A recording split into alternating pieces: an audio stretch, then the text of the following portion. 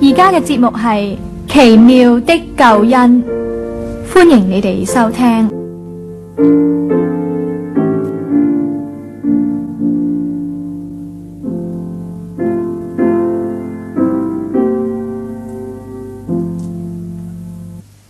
耶穌話：凡勞苦擔重擔嘅人，可以到我這裏來，我就使你們得安息。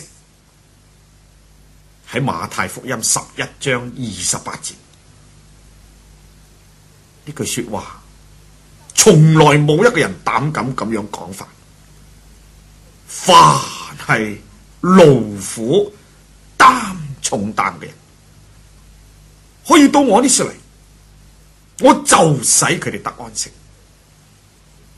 勞苦同埋擔重擔，呢個係我哋世人嘅寫真。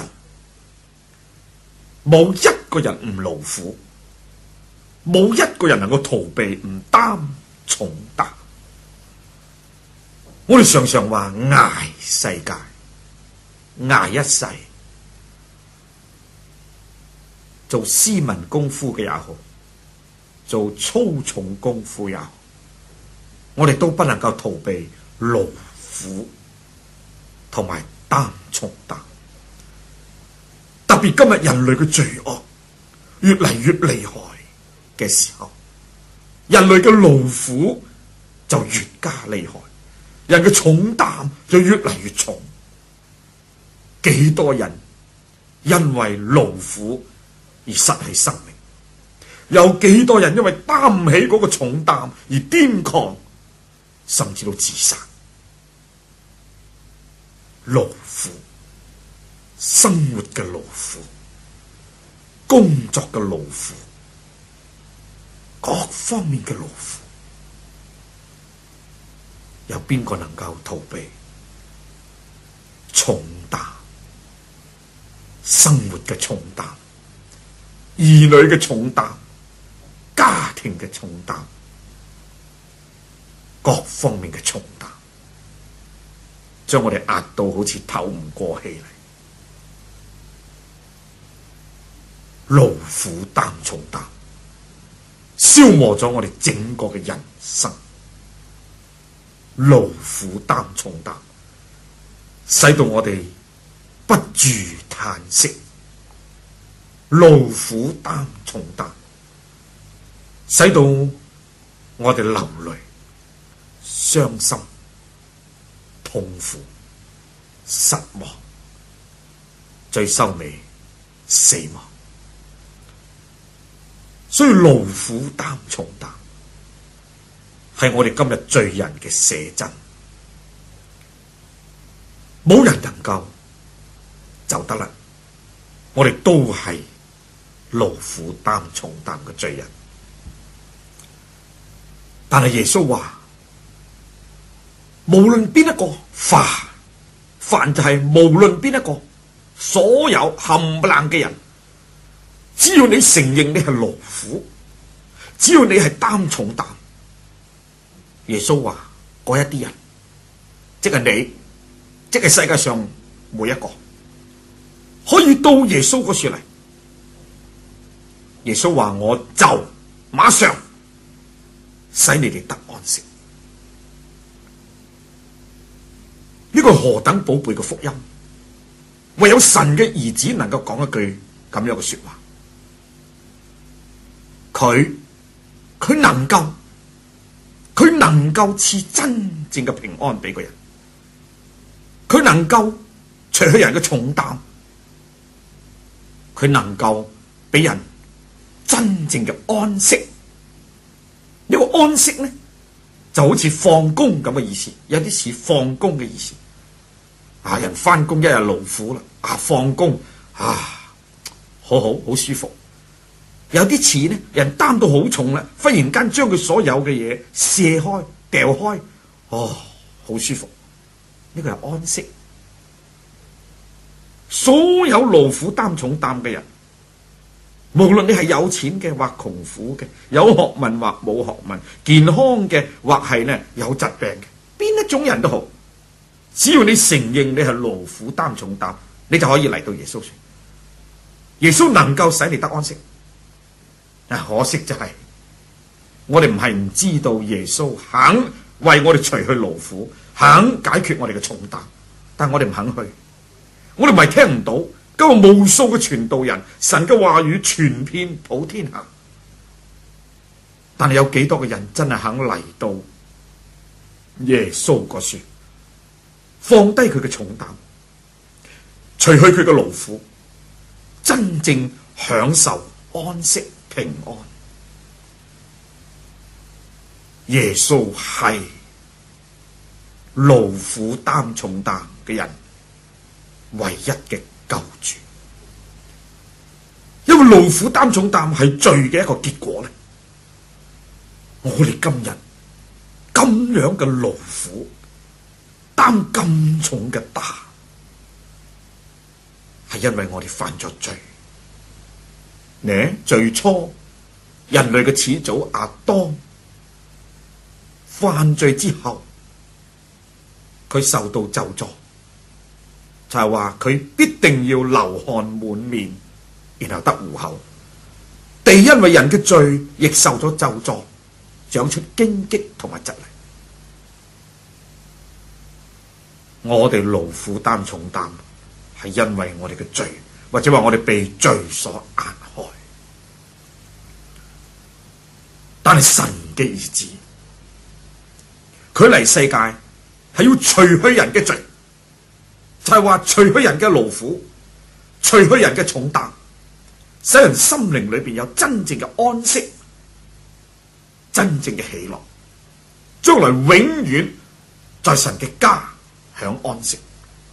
如果唔係，人得唔着呢位救主，人將來所到嘅地方更勞苦，所擔嘅擔更重，人喺地獄裏邊被火燒、被蟲咬，喺個處充滿黑暗，喺個處極其痛苦。耶穌係罪人嘅救主，因為佢為我哋釘落十字架，流出佢個寶血，犧牲佢嘅生命，嚟到斷開罪惡嘅鎖鏈，除去因犯罪而帶嚟嘅重擔同埋勞苦。所以每一個罪人悔改信主，當佢一信主之後，喺佢裏邊有一個立刻得着嘅改變，就係平安，真正赦罪嘅平安同埋喜樂。呢個一定。當然將來我哋有永生，唔使滅亡，可以進入神嘅家，永遠享福。但係當我哋一接納耶穌做救主嘅時候，我哋裏邊呢就立刻覺得我哋嘅罪擔主耶穌擔咗，我哋嘅勞苦停止。雖然我哋肉身仲要繼續工作，但係喺我哋裏邊享受因信主而帶嚟嘅安息、喜樂同埋平安。呢啲唔係金錢所能買嘅，呢啲唔係呢用學問所能夠獲取嘅，亦唔係權勢咁樣呢可以得着嘅，係因信耶穌而得着。你係一個勞苦擔重擔嘅人冇呢？如果你承認，你是嘆息、痛苦、流淚，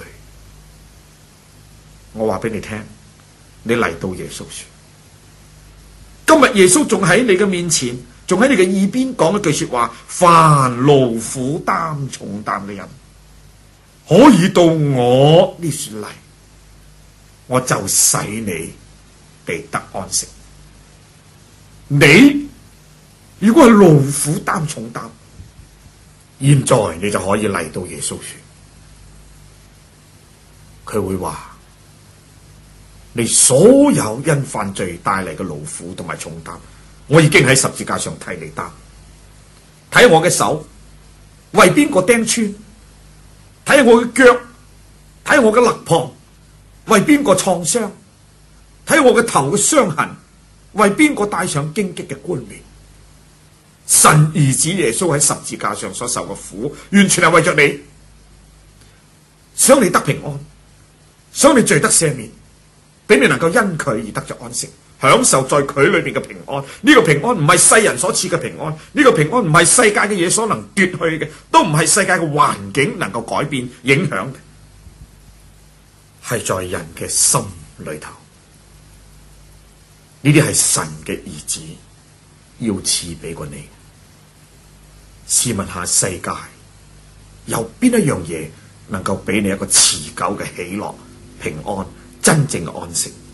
世界有邊樣嘢能夠除去你因犯罪帶嚟嘅勞苦同埋所擔嘅重擔？世界嘅一切都不能解決你嘅問題，